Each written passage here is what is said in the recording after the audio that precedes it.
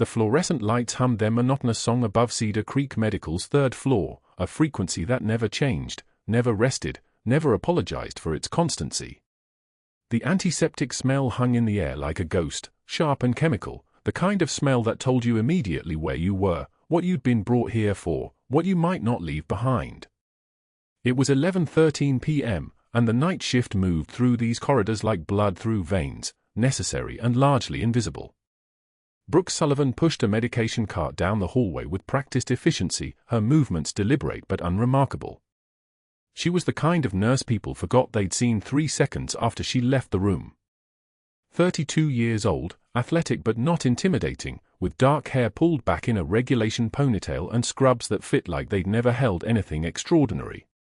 Her shoes were white, standard issue, the rubber soles making soft sounds against linoleum that had been walked on by thousands of people who came here to heal and thousands more who came here to break. No one noticed the surgical scars on her hands, precise white lines that crisscrossed her knuckles and palms, the kind of scarring that didn't come from careless mistakes in a sterile environment. Those scars belonged to a different story, one that Cedar Creek Medical would never know. She paused outside room for 12, her hand resting on the doorframe for exactly 3 seconds. Inside, Staff Sergeant Marcus Reed lay motionless in a hospital bed, his paralyzed legs arranged beneath white sheets with mechanical precision. His eyes stared at the ceiling tiles with the kind of emptiness that came from a traumatic brain injury, the kind that steals not just movement but memory, identity, the thread of self that holds a person together. The ambush in Tikrit had taken his legs in 2019.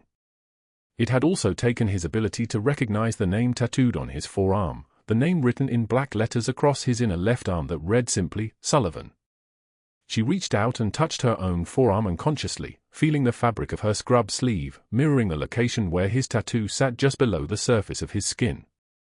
He'd gotten that ink the day after she'd carried him through enemy fire, before the IED detonated, before the world broke into shrapnel and screaming and the kind of chaos that changes everything. He didn't remember. That was the injury. That was the reason she was here. The medication cart wheels squeaked softly as she moved on, past room for 13, past the nurse's station where 2 orderlies were pretending to work, past the supply closet where she knew, from her previous 3 weeks at Cedar Creek, that the good sterile gauze was kept behind the generic brand. She had always been good at noticing where things were. She had always been good at noticing everything. The break room was empty at this hour, a small merciful pocket of silence in the endless hum of hospital machinery.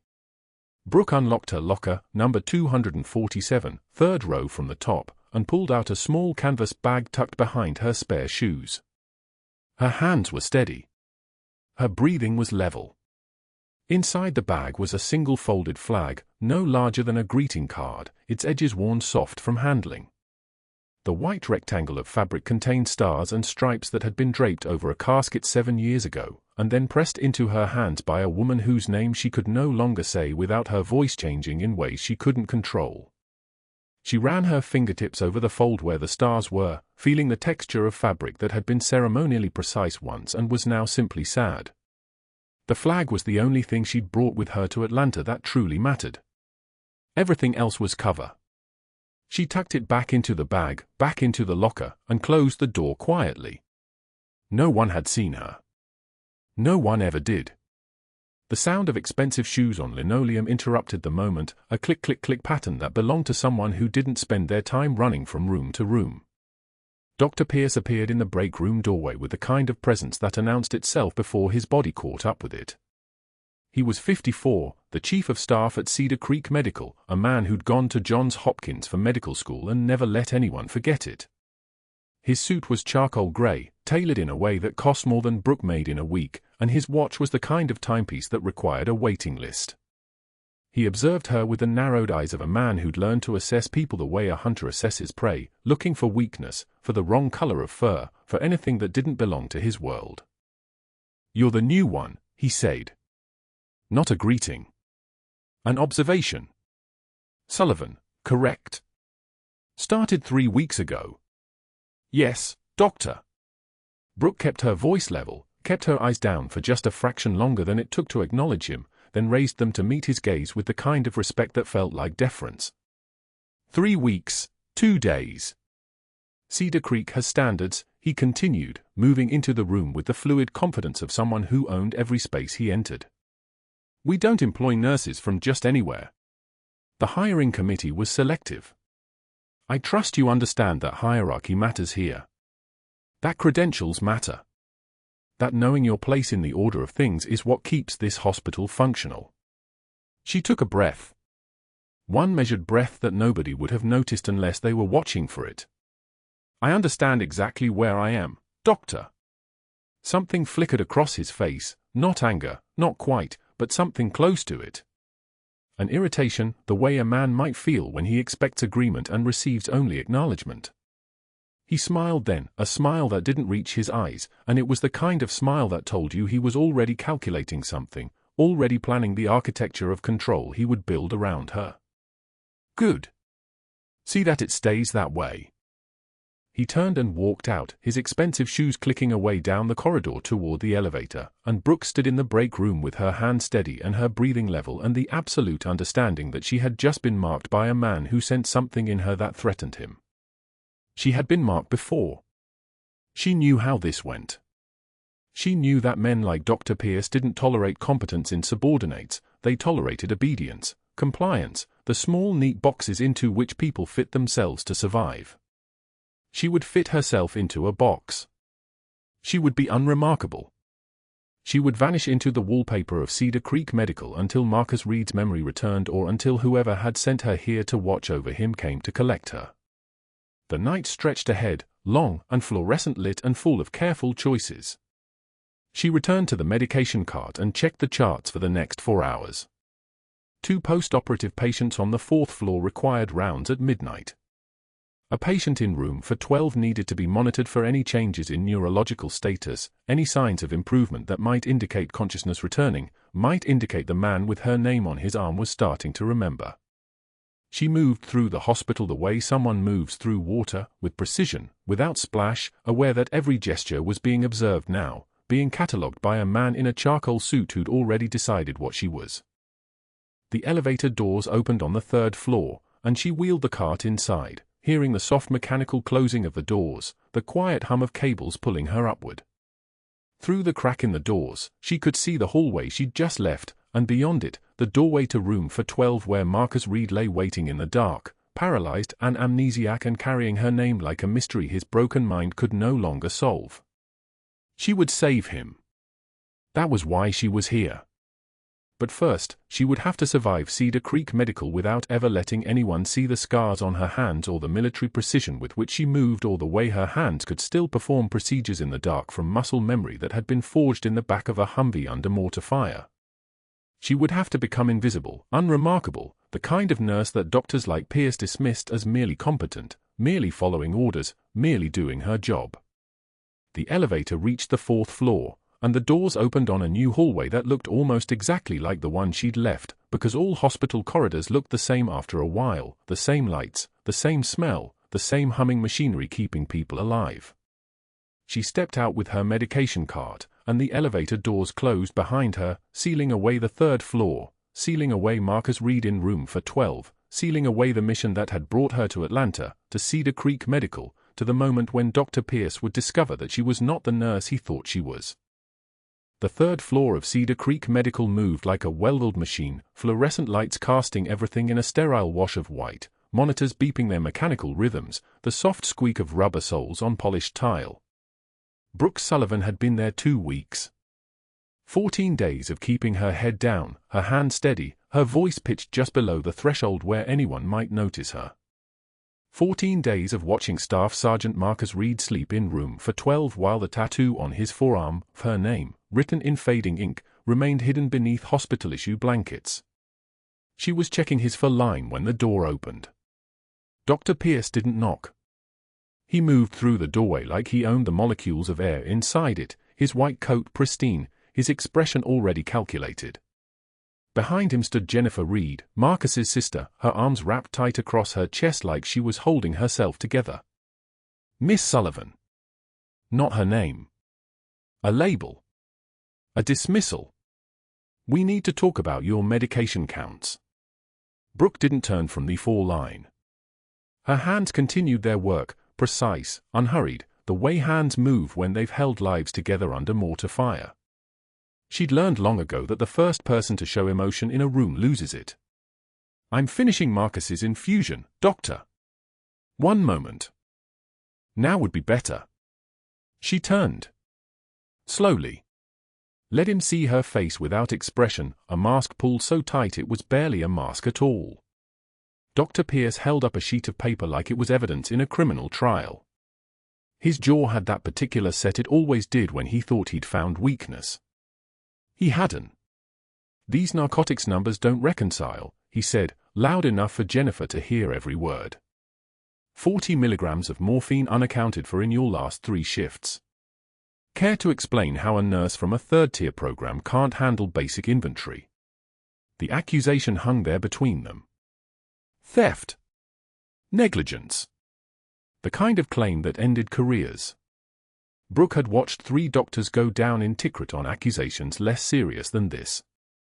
She'd also watched her squad survive on field rations and prayer. This was different. This was smaller. This was designed to sting in ways that mattered to civilian life. "Those counts are accurate, doctor," she said quietly. "I double-checked them myself." Apparently not well enough. He turned to Jennifer, and this was the real move, the calculated strike. "Your brother's care has been compromised by protocols we're still reviewing. Some nurses seem to think a degree makes them qualified to do things that require actual training. It's concerning." Jennifer wouldn't meet Brooke's eyes. The silence in the room became a physical thing, pressing down like humidity before a storm. Dr. Pierce left without waiting for a response. Jennifer followed, her footsteps quick on the tile. Brooke stood alone in room for 12 with Marcus's unconscious face and the soft hiss of the ventilator and the feeling of something breaking apart inside her that she didn't have time to acknowledge. 3 days later, she walked into the staff break room at 11:51 a.m. with her lunch, a sandwich she'd made that morning, an apple, a bottle of water.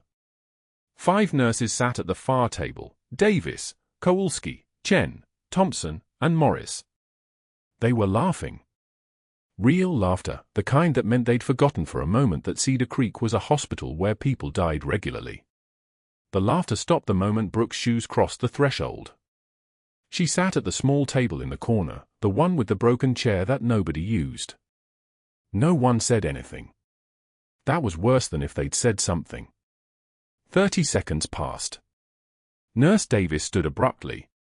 "Come on," she said to the others. "We can eat in the conference room." One by one, they filed out. Kowalski wouldn't meet her eyes. Thompson left her coffee sitting on the table, still steaming. Within 15 seconds, Brooke was alone in a room that smelled of microwaved food and the particular staleness that accumulates in spaces where people are perpetually tired. The fluorescent light overhead had a flicker in it. Click. Dark. Click. Like a heartbeat missing its rhythm. She unwrapped her sandwich. Didn't eat it. Stared at it instead, at the way the bread had already begun to dry out from being wrapped in plastic for 6 hours.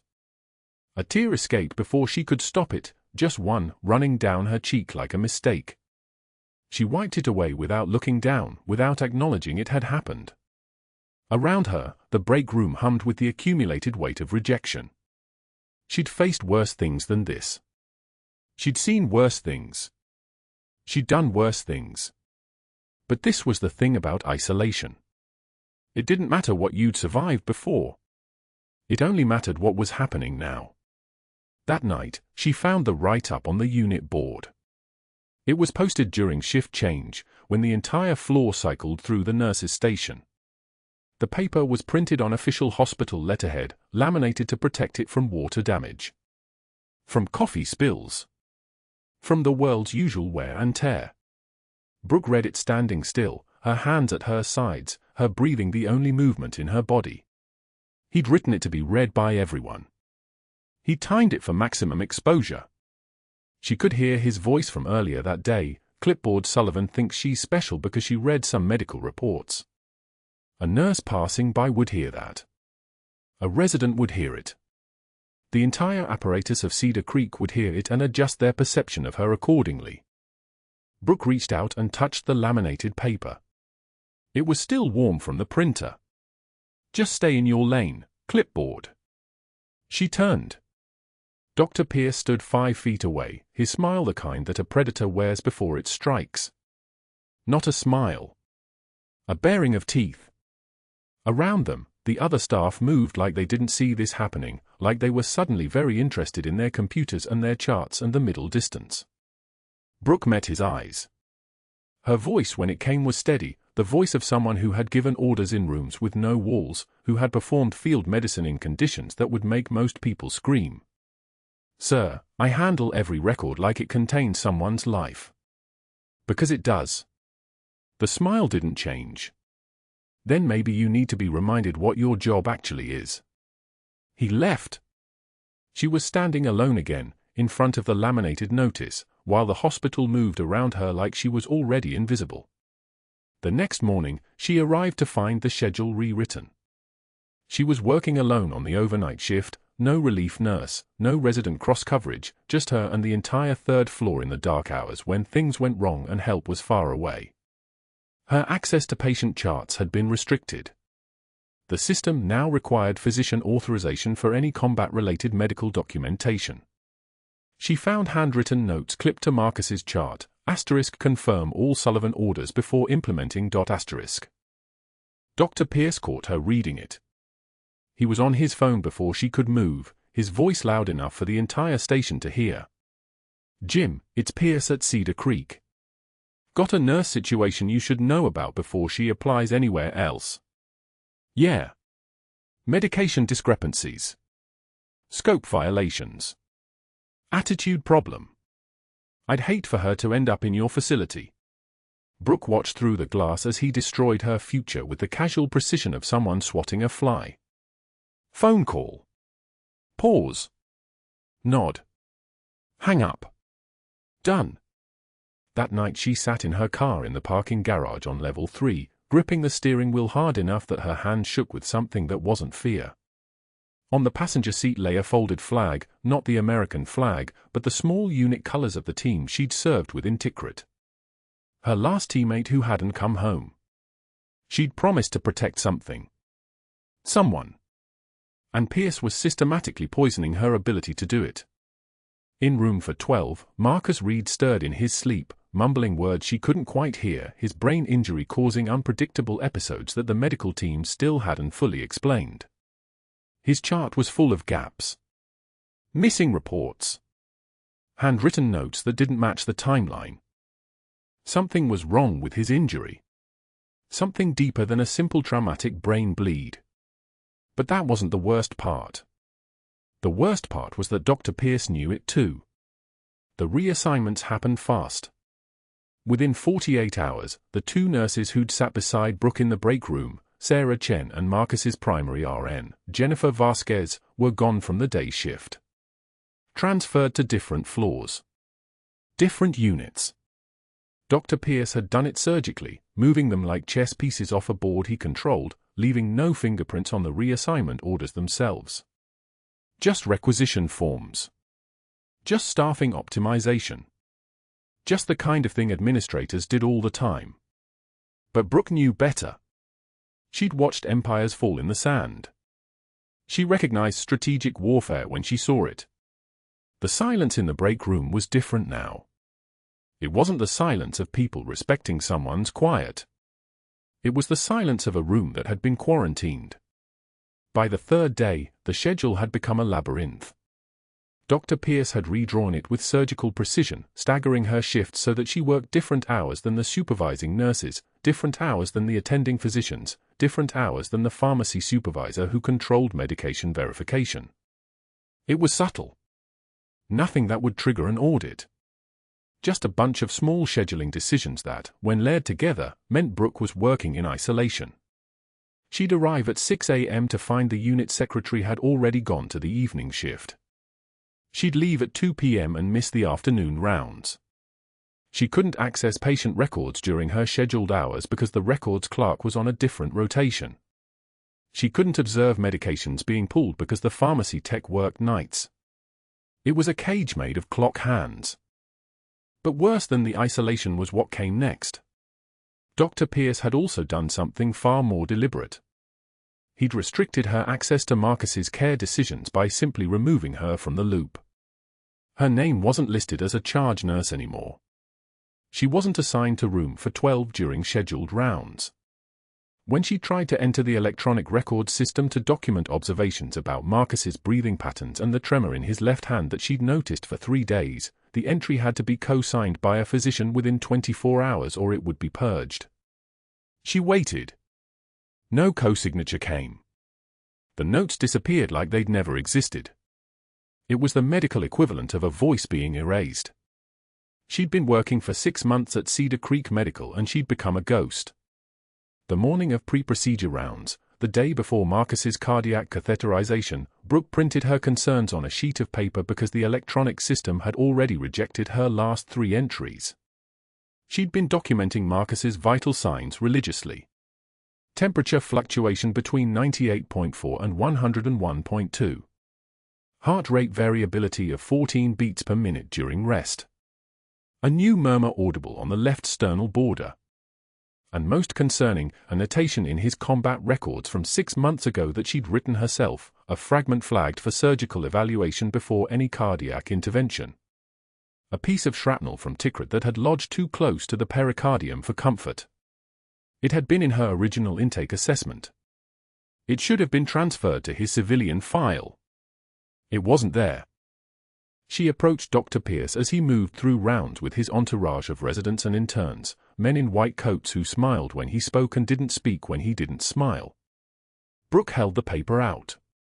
1 sheet. Vital sign trends. Observations. A simple recommendation: proceed with cardiac imaging before the catheterization. Just in case. Dr. Pierce took the paper. Held it between 2 fingers like it was contaminated. Read it while walking, not stopping, forcing her to follow him down the hallway. Then he folded it in half. Placed it in his coat pocket without acknowledging her existence.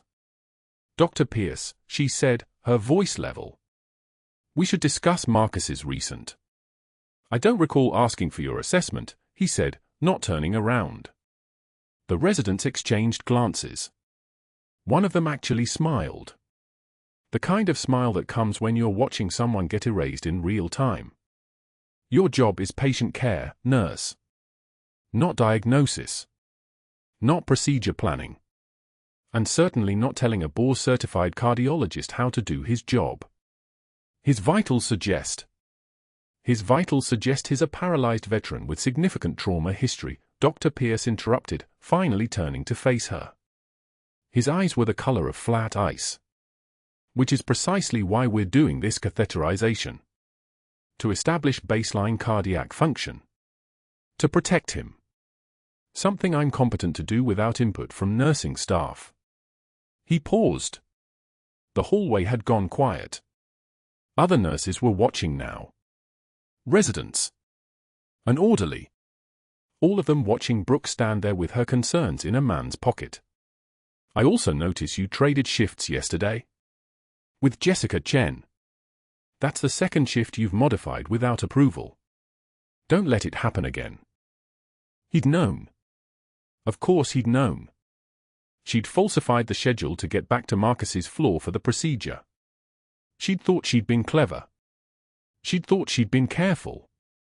But Dr. Pierce was 3 moves ahead, watching everything, and he'd caught her like a trap.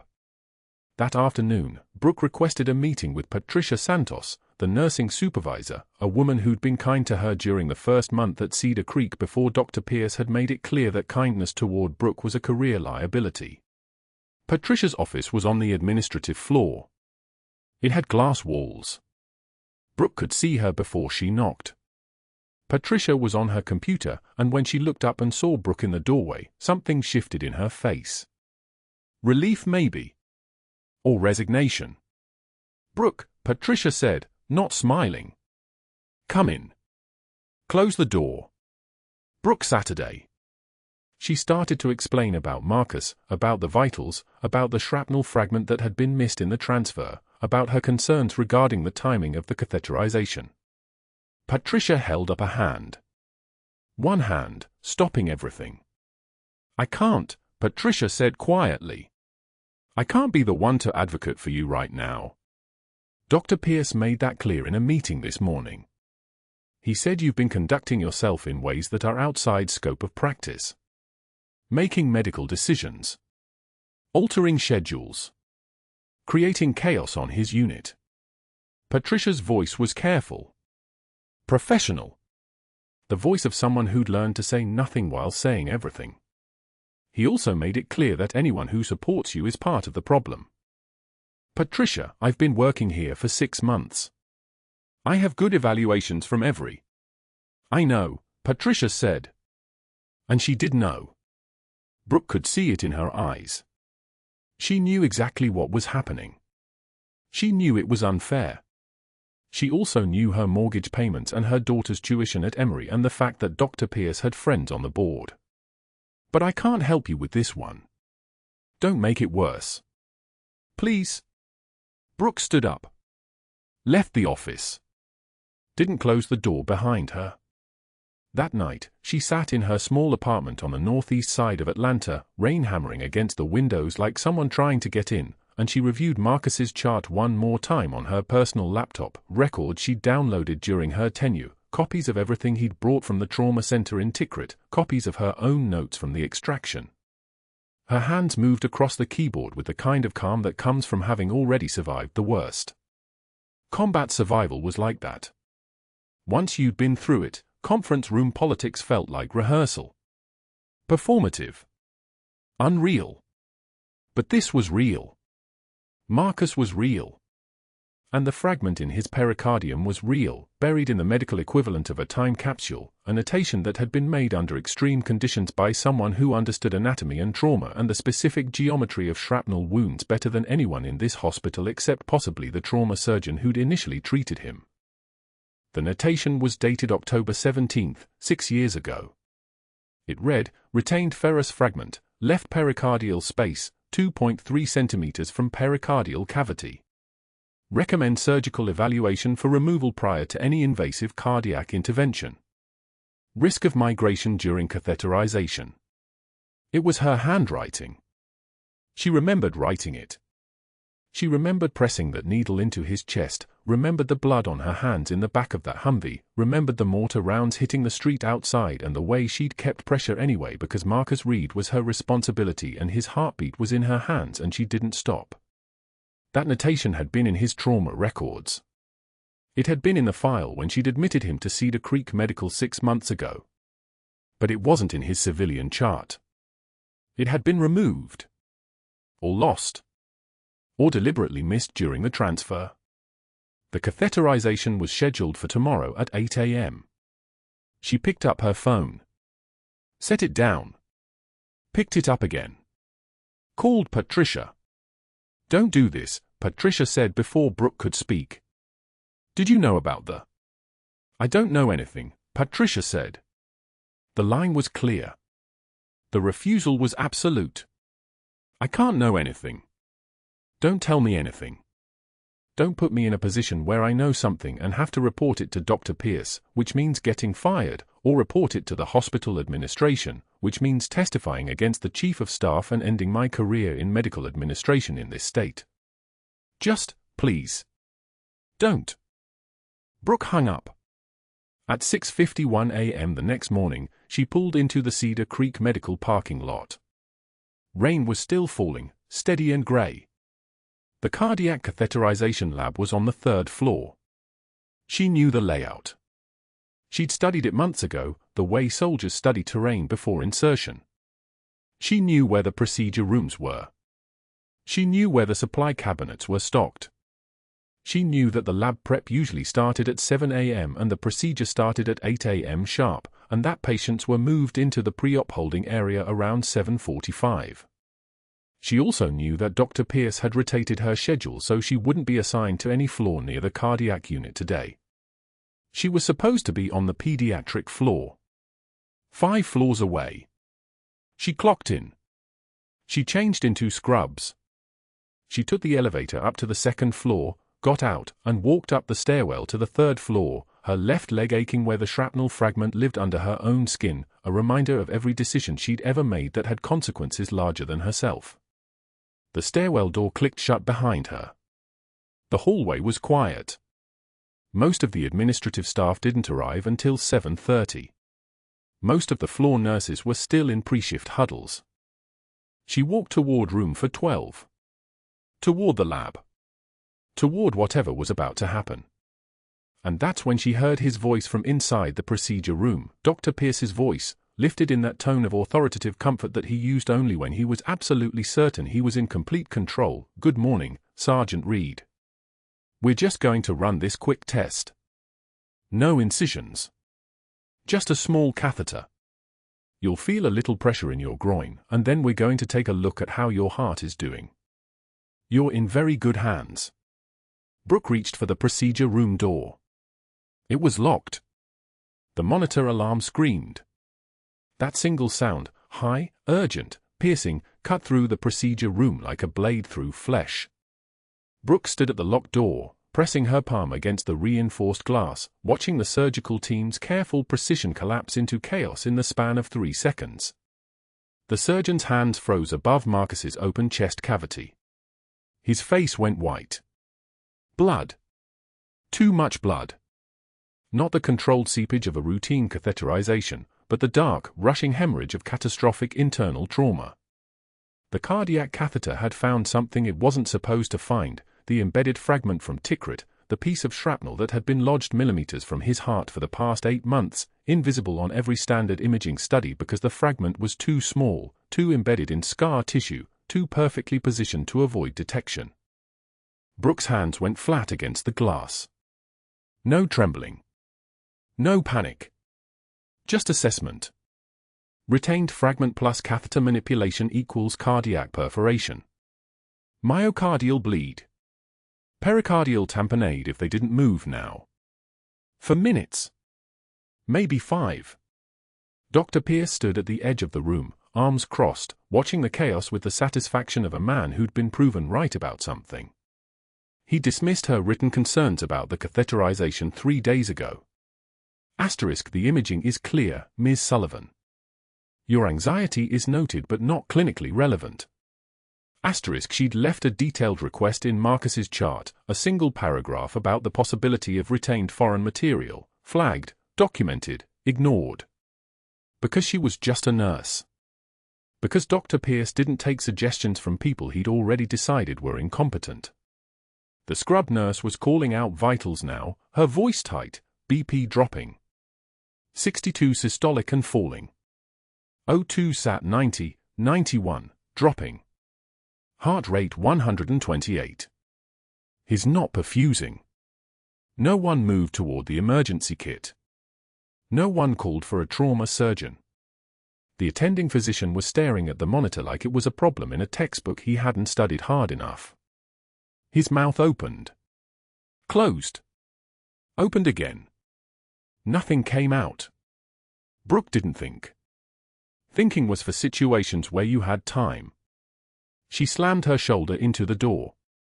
Once. The lock held. Twice. The frame cracked. On the third impact, the mechanism gave way and the door burst inward, her momentum carrying her through. "Step back," she said. Not a request. A command. The kind of voice that made people move without deciding to move first. She was already at the instrument table, already reaching. Dr. Pierce's face transformed. His jaw clenched, his eyes narrowed, and when he spoke, his voice had the brittle quality of authority collapsing in real time. "Security. Now. She's not authorized to be in this room. Get her out." That's a direct order. Brooke didn't acknowledge him. Didn't waste a single synapse on his existence. She grabbed a surgical scalpel, 14 blade, the weight of it familiar in her palm like muscle memory made physical, and moved to the table with the terrifying fluid precision of someone who'd done this in the back of a Humvee while round snapped through the canvas above her head. "Retained cardiac fragment, 1 centimeter below the left ventricle," she said, her voice steady as a metronome. The catheter nicked the vessel wall. "I need a clamp." Size 4.0 suture. And someone on his chest, we're doing a left anterolateral thoracotomy right now. The scrub nurse's hands moved before her brain caught up. Clamp. Sutures. The muscle memory of military triage was contagious. It moved through the room like a current. Brooke made the incision with the precision of a woman who'd learned anatomy not from textbooks but from the worst classrooms in the world, the kind where your mistakes meant body bags. The blade slid between ribs 5 and 6, clean and fast. Blood welled up. She worked through it, her hand steady as a surgical laser, visualizing the anatomy beneath skin and muscle and membrane. Find the leak. Isolate it. Control it. Save the patient. Suction, she said. The attending physician moved, his hand shaking, and she let him because she needed his hands and his body and his willingness to follow orders. Here. See this? The fragments compromised the anterior wall. We need to mobilize the pericardium. Time became different.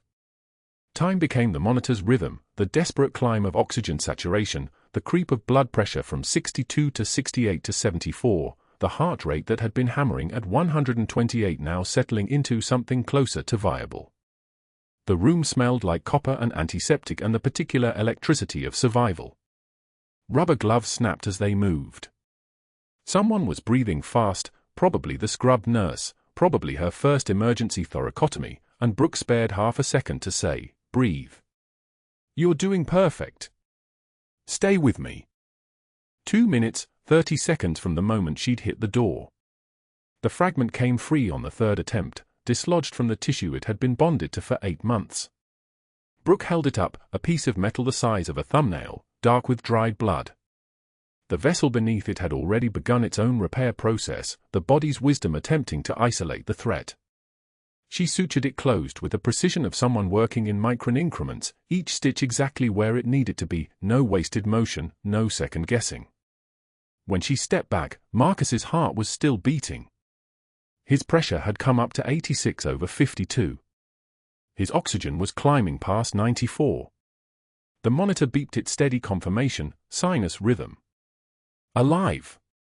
The silence that followed was the loudest thing in the room. Not the absence of sound, the room was still full of sound, the ventilator's rhythm, the monitor's beep, the soft drip of the E4 pump, but the silence of a reality shift. Everyone in that room now understood something they hadn't understood 3 minutes ago. Then Dr. Pierce found his voice. "Get her out." His words came out clipped, furious, but underneath the fury was something else, something like desperation. "Security. Now. She just assaulted a patient. Practiced medicine without a license. She violated operating room protocols and contaminated a sterile field. Get her out of my hospital." Brooke didn't move. She was still holding the surgical scalpel, Marcus's blood dark on the blade. She met Dr. Pierce's eyes with the kind of calm that comes from having already survived the worst the world had to offer. He was dying. You were watching him die. I saved his life. You exceeded your scope of practice, Dr. Pierce said. His voice had the quality of a man repeating phrases from a legal document he'd already memorized. You performed an invasive procedure without authorization. There will be consequences.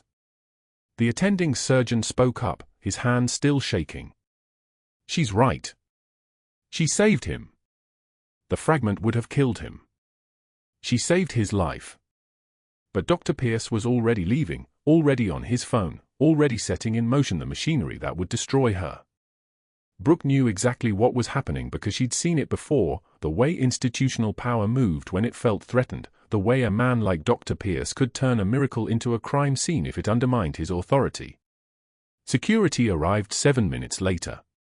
2 officers, young and uncertain, escorting a woman out of an operating room. The other staff members watched, the ones who'd seen her perform a procedure that shouldn't have been possible, the ones who understood that what she'd done was extraordinary. None of them said anything. They'd already learned that bearing witness to Dr. Pierce's campaigns had consequences. By noon, Brooke was in the HR office. By 2 p.m., she was walking out of Cedar Creek Medical with a termination letter in her hand and 23 years of military service beginning to unravel at the seams. Dr. Pierce had already called the board. He'd already spoken to the hospital lawyers. He'd already begun the process of reframing the emergency thoracotomy as reckless endangerment, as scope creep, as the dangerous overreach of a nurse who'd stepped into territory that didn't belong to her. The paperwork cited inappropriate patient intervention and exceeding licensed scope of practice. The words were precise. The meaning was clear: you saved a life and we're destroying you for it. But that wasn't the worst part. The worst part came after midnight, when the security system flagged something that Dr. Pierce had never expected anyone to find. A classified clearance level. A record that shouldn't exist for a civilian nurse. Someone in IT, a woman named Jessica Chen, who'd served 7 years in naval intelligence before joining the hospital's tech department, saw the flag and knew exactly what it meant. She didn't report it to Dr. Pierce. She reported it up the chain. 3 hours later, at 3:17 a.m., Brooke was sitting in an all-night diner called Stella's, 6 blocks from her apartment, staring at a cup of coffee that had gone cold an hour ago. The folded flag sat on the table beside her. The one she'd carried for 3 years. The one with the blood she'd never quite managed to wash out of the folds. The one that belonged to a man named James Chen, no relation to Jessica, just another name in a long list of names that lived in her bones. She'd promised. 3 months before the Tikrit ambush, before everything fell apart, before her world became a geography of loss and survival and the particular exhaustion of carrying someone else's memory, James had made her promise. *Reaper, if anything happens to me, watch over Marcus. He's my brother. He's good people. Keep him safe. And for 8 months, she'd done exactly that. 8 months of monitoring his vitals, of catching deterioration before it became disaster, of being his civilian proxy in a war that never ended. And she'd failed. Not because she couldn't save him, she'd saved him twice now. But because saving him in the way that mattered, the way it would count, had cost her everything. The tear that tracked down her face was the first one she'd allowed since she'd put on civilian clothes and learned to say yes, doctor, instead of understood, sir. She didn't wipe it away.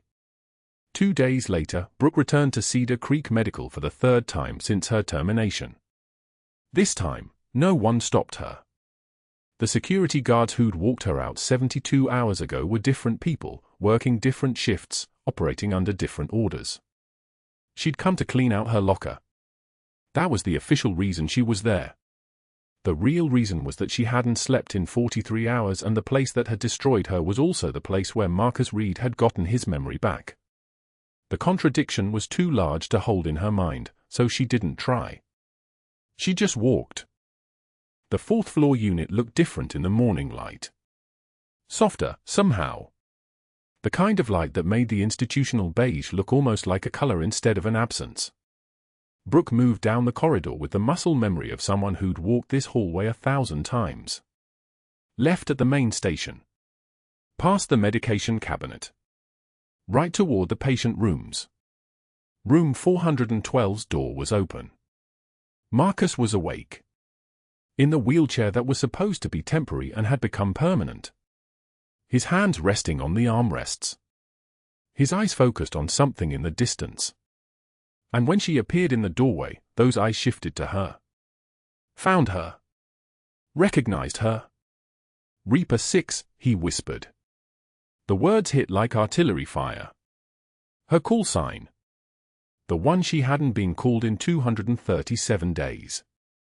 The one that belonged to a person she wasn't supposed to be anymore, a captain in an organization that was supposed to stay classified, a combat medic who'd learned to stitch human beings back together in conditions where the definition of safe had no meaning. She stepped inside the room and closed the door. Marcus.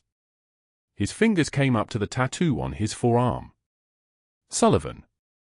Her name, in the permanent ink of a man who decided, in his last moment of clarity before Tikrit took everything, that her name was worth remembering. You carried me, he said. His voice had the fragile quality of something that had just come back from the dead. Through the market. Through the blast zone. You said something. You said stay with me, brother. Stay with me. And I did. Brooke sat down in the chair beside his wheelchair. Her hands were steady. They would always be steady now. There was too much scar tissue on her character to allow for shaking anymore. I did, she confirmed. Heavy boots echoed in the hallway. Multiple sets. The kind of footsteps that belong to people moving with purpose. Brooke heard them and didn't flinch. She'd been waiting for this. Some part of her had known that the automatic background check, the classified flag, the paperwork that shouldn't exist, had all been moving toward this moment like gravity. The door opened. A Marine Corps liaison officer stepped through first, dress blues immaculate, a citation folder tucked under his arm. His eyes found Brooke and confirmed what he'd been briefed on. Captain Brooke Sullivan. She turned slowly to face him. Marcus's hand found hers and held on. I am, she said. The liaison opened the folder. His voice became formal, the kind of formal that belonged to military ceremonies and official records and the acknowledgement of things that mattered. For extraordinary heroism in Tikrit, extracting for wounded operators under sustained enemy fire, in direct violation of direct orders to stand down, continuing operations for 47 minutes after suffering a compound fracture of the left tibia and a through-and-through wound to the left shoulder, maintaining medical competency despite blood loss of approximately 2 liters, and refusing evacuation until all wounded personnel had achieved safe evacuation distance. What the hell is this? Dr. Pierce's voice cut through the hallway. He appeared in the doorway, face flushed, his authority about to be reduced to ash. She doesn't work here. Security. Now. The liaison continued without pause. Silver Star. Dr. Pierce's jaw clenched. Bronze Star with Valor, the officer continued. Marcus squeezed Brooke's hand. Purple Heart, the liaison said. The second heartbeat of silence was when a 2-star general stepped off the elevator at the far end of the 4th-floor hallway.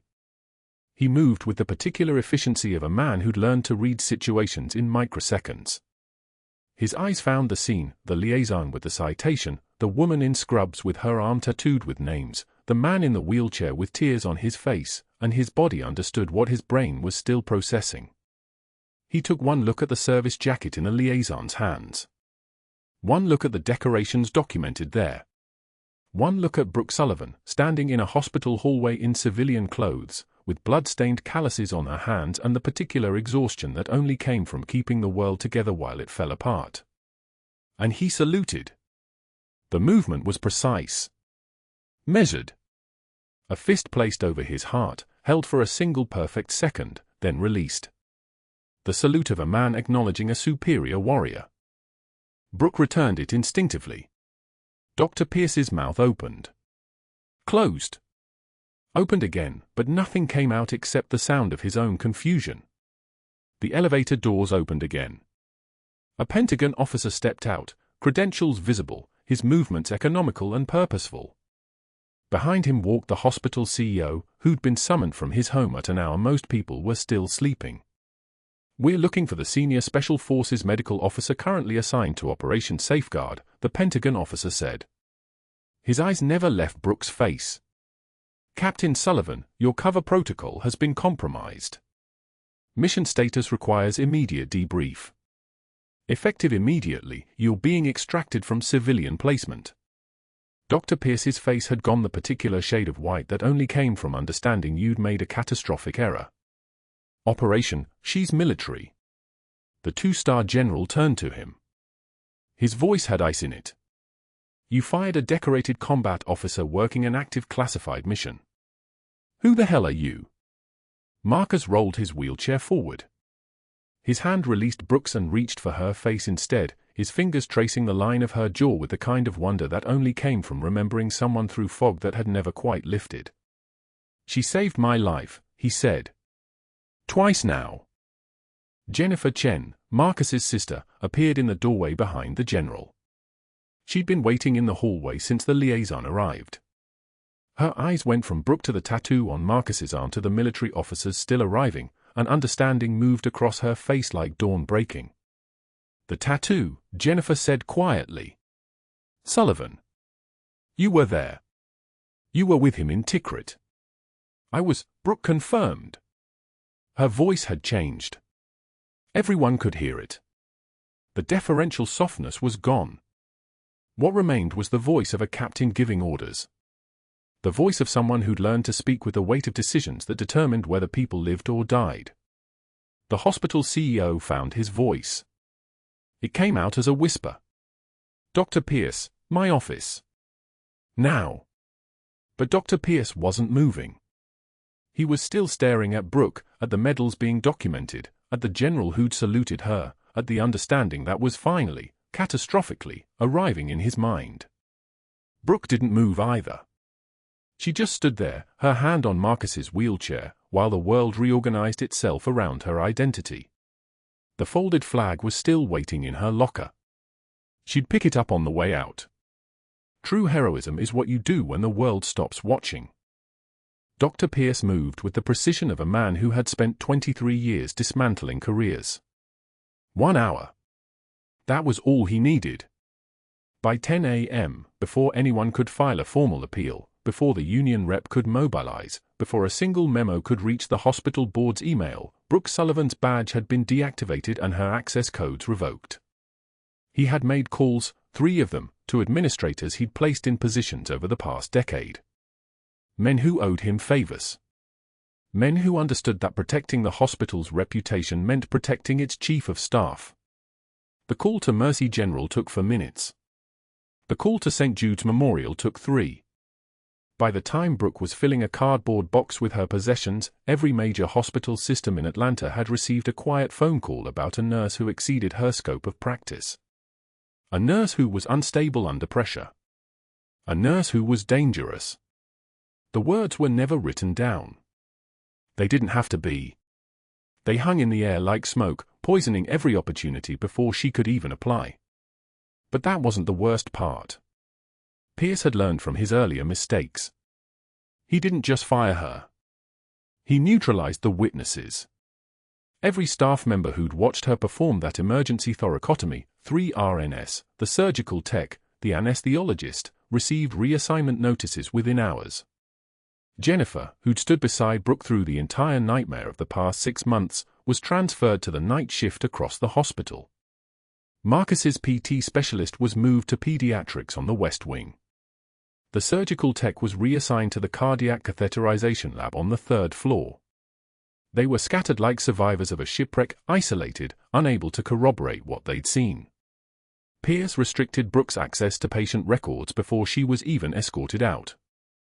He pulled her login credentials, flagged her name in the system, and made certain that not a single nurse or physician could discuss her with her. The message was clear: she had never existed here. She was already being rewritten into irrelevance. He made more calls. Each one calculated. To the Georgia Medical Board, a professional courtesy, just a brief conversation with a colleague about a troubling incident. To other hospital networks across Georgia. To clinics and urgent care centers and surgery centers where she might have applied. His reach was institutional, his connections deep, his influence the kind that didn't announce itself but simply appeared when people made certain decisions. In boardrooms and administrative offices, in conversations between men who'd known each other for decades, Brooke Sullivan became toxic. She was the nurse who couldn't be trusted. The nurse who'd overstepped. The nurse who'd put patients at risk with her unauthorized heroism. The narrative he'd crafted was simple, airtight, and designed to destroy her future in medicine completely. Then the system moved in ways Pierce had never anticipated. 48 hours after her termination, the hospital's automated background check review triggered. Routine security protocol. Every employee flagged for termination underwent a standard re-verification process. The system, designed to protect institutional liability, scanned Brooke's file. And it caught something that should not exist. A classified clearance. Top secret, sensitive compartmented information. Active. Current. A civilian registered nurse with credentials that belonged to active duty military intelligence personnel. The hospital's security director, a former Army major named Clarence Williams, saw the flag and made a single phone call to a number that wasn't in any directory. 2 hours later, the Pentagon knew that their embedded operatives' cover had been blown. The revelation cascaded through Cedar Creek Medical like a fault line opening beneath solid ground. The same general who'd arrived to greet Brooke on that rain-soaked afternoon appeared in the hospital administrator's office with a file folder and an expression that made men want to confess things. The Pentagon officer, lean, gray-eyed, with a kind of authority that didn't require a title, requested access to every record related to Staff Sergeant Reed's care. He didn't ask. It wasn't a request. It was a command. And that's when the IT director appeared. Torres was quiet.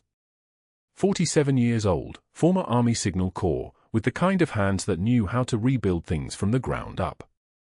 He'd worked for Cedar Creek for 6 years, kept to himself, helped the night shift nursing staff with their computer problems.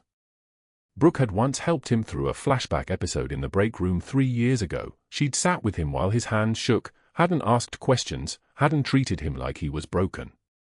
Torres remembered. He opened his laptop in front of the general, the hospital CEO, and Dr. Pierce, who'd been summoned for what he thought was a routine administrative meeting. The screen showed timestamps, access logs, security footage from the procedure room where Brooke had performed the emergency thoracotomy. And then, more timestamps. Later, an hour after her termination, someone with administrator credentials accessing the security deletion system, attempting to wipe the footage, attempting to remove the evidence that she'd saved Marcus Reed's life. Torres spoke in the quiet, deliberate voice of a man who had nothing left to lose. "Sir, I saved every frame before he deleted anything. And I reported it to federal authorities the same afternoon, per protocol for interference with classified operations." The screen shifted. Backup files. Cloud storage. Redundant copies. All preserved. All documented. That's evidence tampering. Obstruction of a federal investigation. Pierce's face went the color of old chalk. His mouth opened. Closed. Opened again. "I didn't know she was. I was protecting patient safety.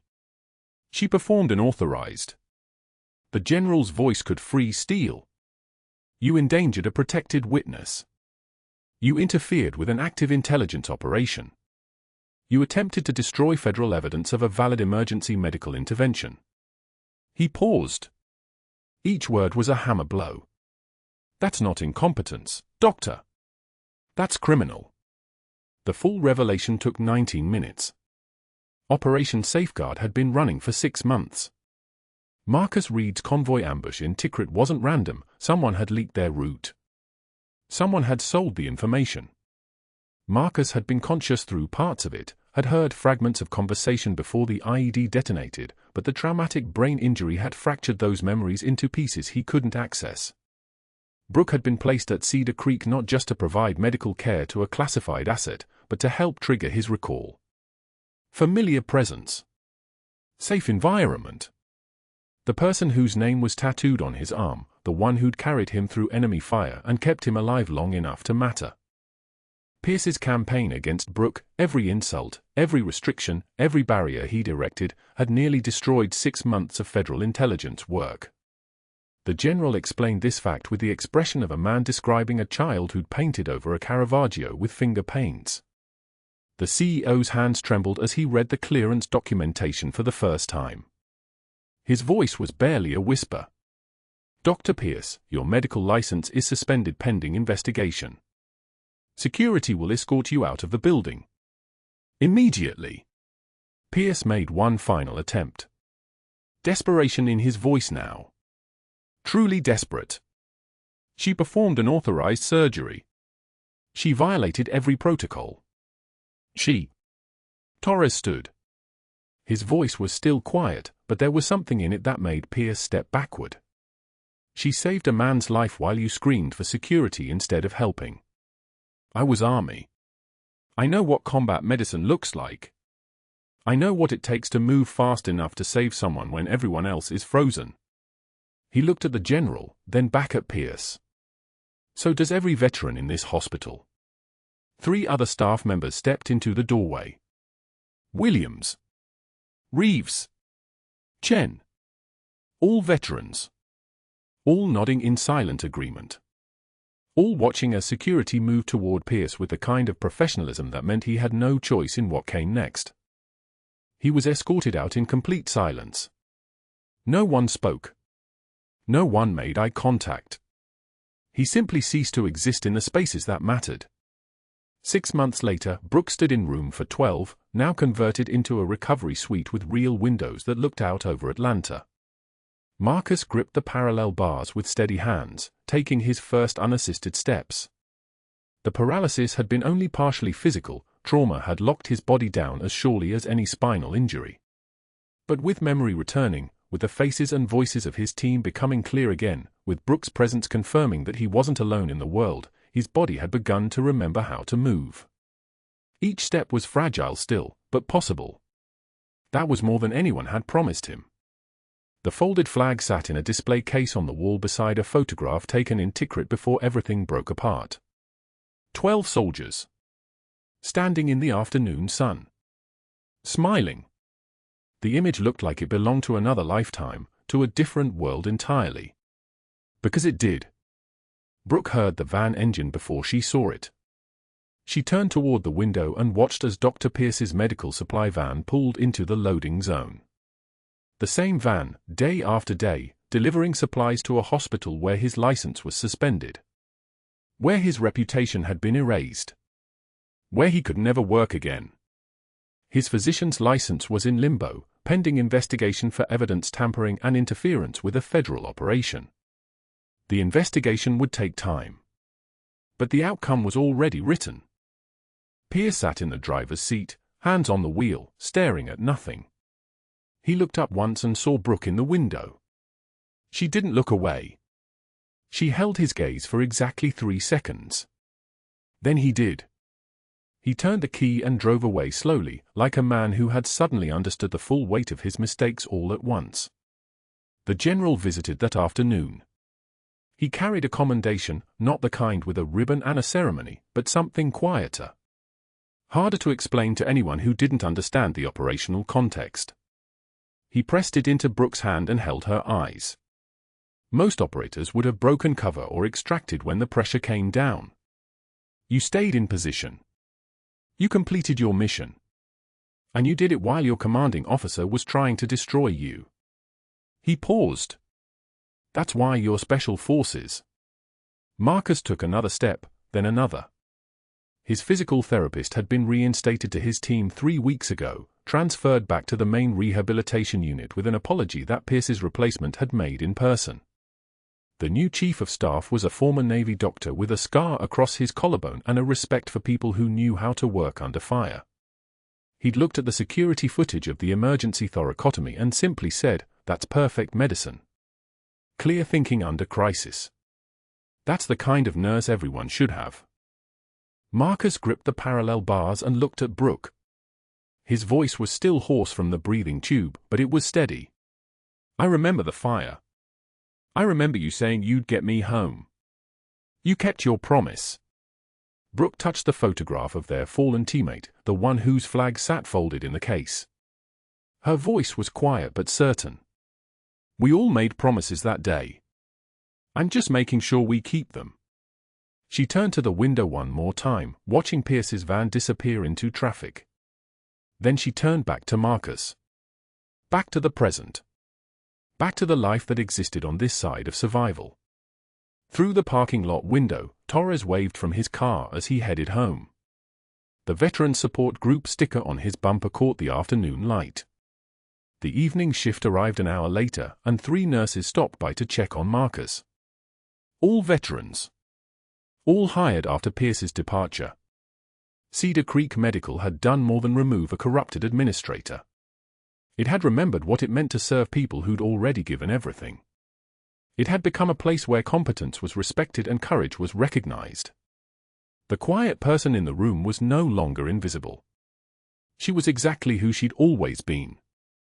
Subscribe, like, and comment if you've ever been underestimated by someone who had no idea who they were standing next to. Because the quietest warriors are still warriors.